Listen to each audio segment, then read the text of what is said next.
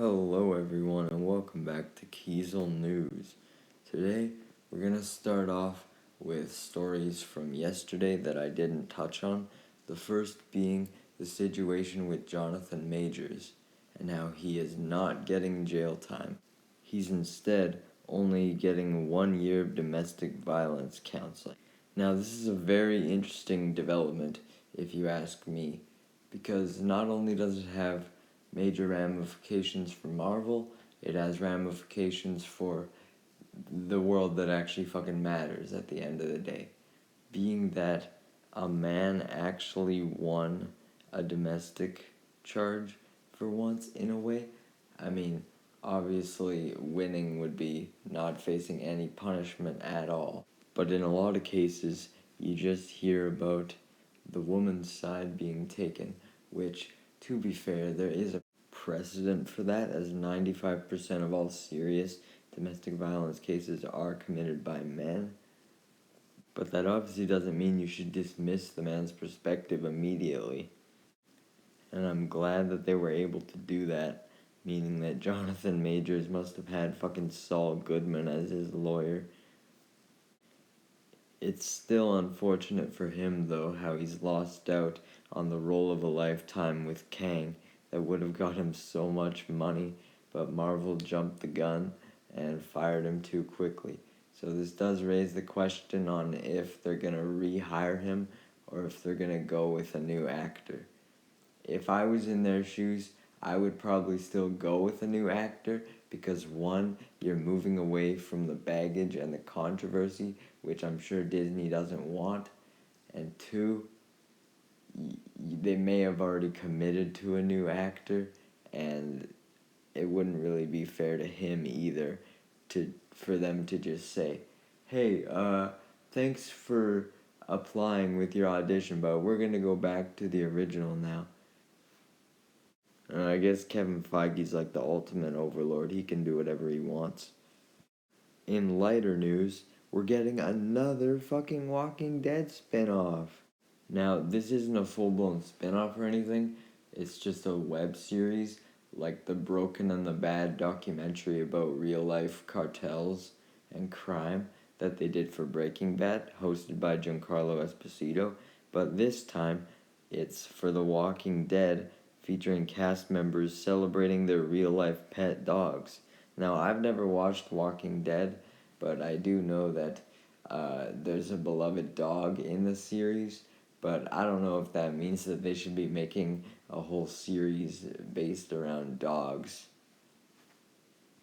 Especially when they could be putting all of their resources into Slippin' Jimmy Season 2, the grand return of the Breaking Bad universe.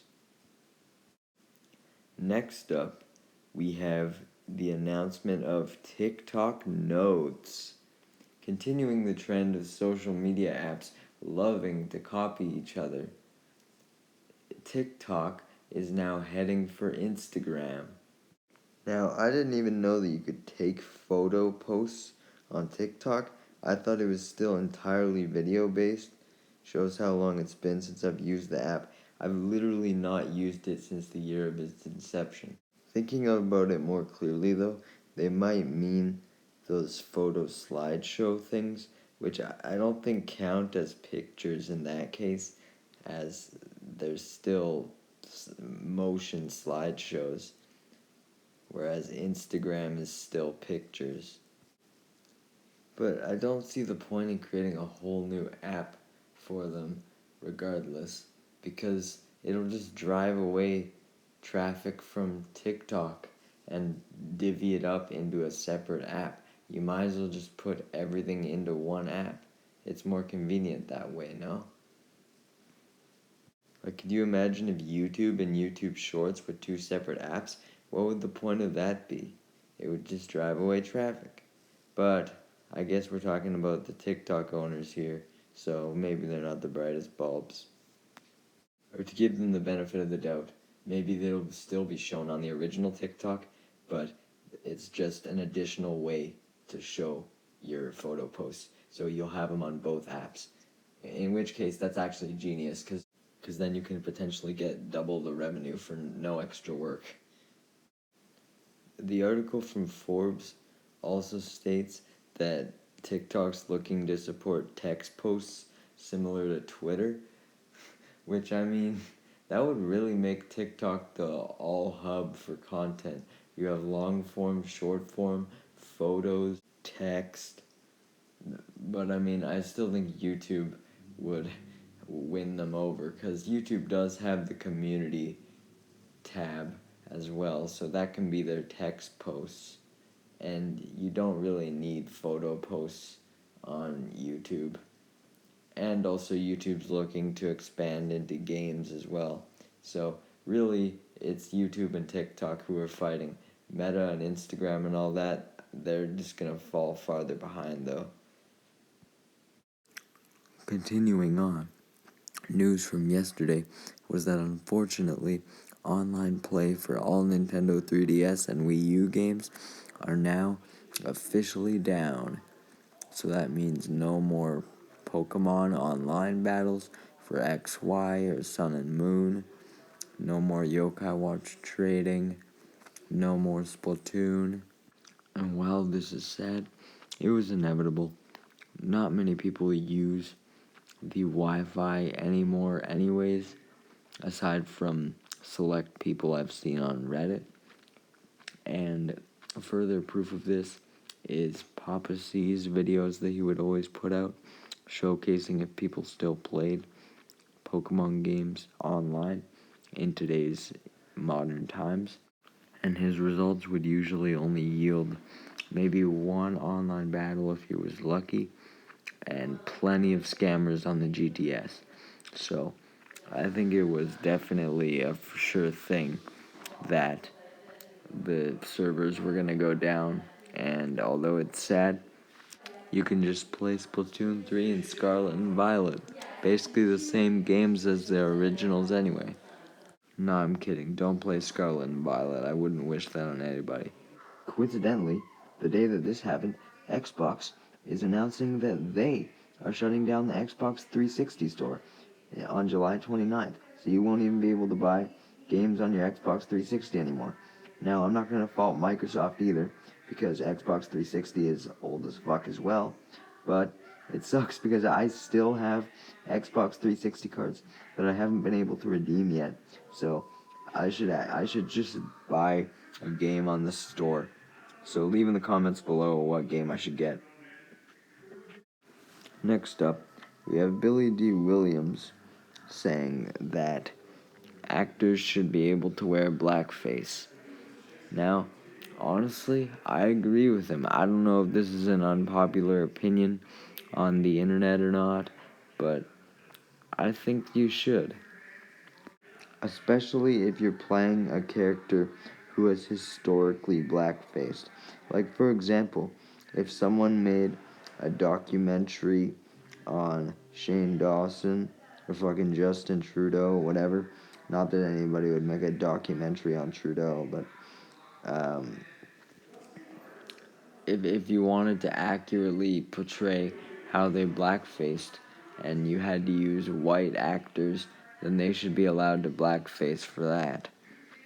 I can see the argument for fictional blackface not being okay, since you could just get a black actor instead, and I think in most cases you should, but I don't think it should be really vilified.